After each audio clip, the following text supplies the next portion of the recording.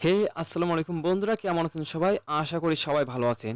আজকে আমি আপনাদের মাঝে যে গল্পটি নিয়ে হাজির হয়েছি, গল্পটির নাম সেনাবাহিনী এবং মাফিয়া কুইন সম্পর্কে। তো কথা না বাড়িয়ে এবার চলে যাওয়া যাক আমাদের পুরো গল্পে। পাহাড় ঘেরা ছোট্ট শহরটি ভোরবেলার কুয়াশায় মোড়া। শহরের বুক চিরে দাঁড়িয়ে আছে দেশের সবচেয়ে গোপন সেনা ক্যাম্প, যেখানে পাহাড়ার টহল কখনো থামে না আর অস্ত্রধারী সৈনিকরা চোখে চোখ রেখে প্রতিটি দিক। এটাই ছিল দেশের নিরাপত্তার শেষ দুর্গ। ক্যাম্পের কমান্ডার ক্যাপ্টেন খায়রুল ইসলাম সাকিব খান ছিলেন সাহসী, দৃঢ়প্রতিজ্ঞ ও দায়িত্ববান সৈনিক। দেশ রক্ষার জন্যই তার জীবন উৎসর্গিত। তবু অন্তরে কোথাও লুকোনো ছিল না অজানা এক স্বপ্ন, যার রহস্যে তিনি নিজেও পুরো বুঝতে পারেননি আজও পর্যন্ত। একদিন ক্যাম্পের গেটে এসে থামে একটি কালো জিপ। সেখান থেকে নেমে আসে এক রহস্যময়ী নারী, ইরা। সরকারি কন্ট্রাক্টর হিসেবে তার পরিচয় দিলেও তার আগমন নিয়ে চারিদিকে সন্দেহ আর কৌতূহল ছড়িয়ে পড়ে। ইরার চোখে এক অদ্ভুত দৃপ্তি, হাতে কালো ফাইল আর আচরণে এক চাপা গোপনীয়তা। সাকিব শুরু থেকেই তার প্রতি বিশেষ মনোযোগী হয়ে ওঠে। রাতের নির্জনতায় তিনি ফাইলটি খুলে দেখেন সেখানে একটি পুরনো ছবি। ছবিতে আন্তর্জাতিক মাফিয়া ডনের পাশে দাঁড়িয়ে আছে এক নারী। ছবির নিচে লেখা ছিল target black queen, code name IRI, মানে ইরা।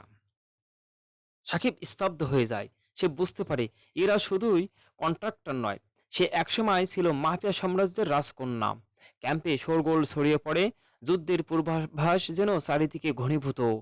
কিন্তু সবচেয়ে বড় প্রশ্ন দাঁড়ায়, ইরা আসলে কার পক্ষে, তার প্রকৃত উদ্দেশ্য কি? দিন যেতে থাকে, সাকিব গোপনে ইরার উপর নজর রাখে। এক রাতে তিনি তাকে মাফিয়ার এক গুপ্তচরের সঙ্গে দেখা করতে দেখেন। সন্দেহ আরো ঘন হয়ে আসে। সে কি শত্রুপক্ষের সদস্য, নাকি কোনো দ্বৈত চরিত্রের গুপ্তচর? তবে অদ্ভুতভাবে এই সন্দেহ আর অবিশ্বাসের মাঝে দুজনের ভেতরে জন্ম নেয় এক অদৃশ্য টান।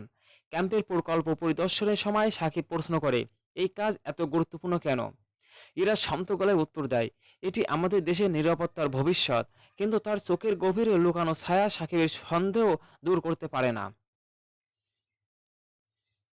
অবশেষে এক তাড়াভরা রাতে মুখোমুখি হয় দুজন।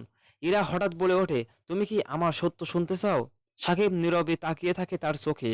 ইরা দীর্ঘশ্বাস ফেলে বলে, আমি মাফিয়ার কুইন নই, তবে একসময় ছিলাম। সেই অন্ধকার পৃথিবী ছেড়ে আমি পালিয়ে এসেছি। এখন আমি দেশের জন্য কাজ করতে চাই। সাকিব অবাক হয়। মন চায় তাকে বিশ্বাস করতে, তবু সামরিক অভিজ্ঞতার সন্দেহকে ছাড়তে দেয় না। এরই মাঝে মাফিয়া বাহিনী আক্রমণ চালায়। ক্যাম্প জুড়ে গোলাগুলির শব্দে রাত কেঁপে ওঠে। সাকিব সামনে থেকে লড়াই চালান, এরাও পাশে দাঁড়িয়ে তথ্য দিয়ে সাহায্য করে। দুজন মিলে প্রতিরোধ গড়ে তোলে এক অসম যুদ্ধে। রক্ত, আগুন আর ধোঁয়ার মাঝেও তাদের সম্পর্ক গভীর হয়, কিন্তু বিশ্বাসের দেয়াল অটুট থেকে যায়। যুদ্ধ শেষে ক্যাম্প নেমে আসে শান্তি।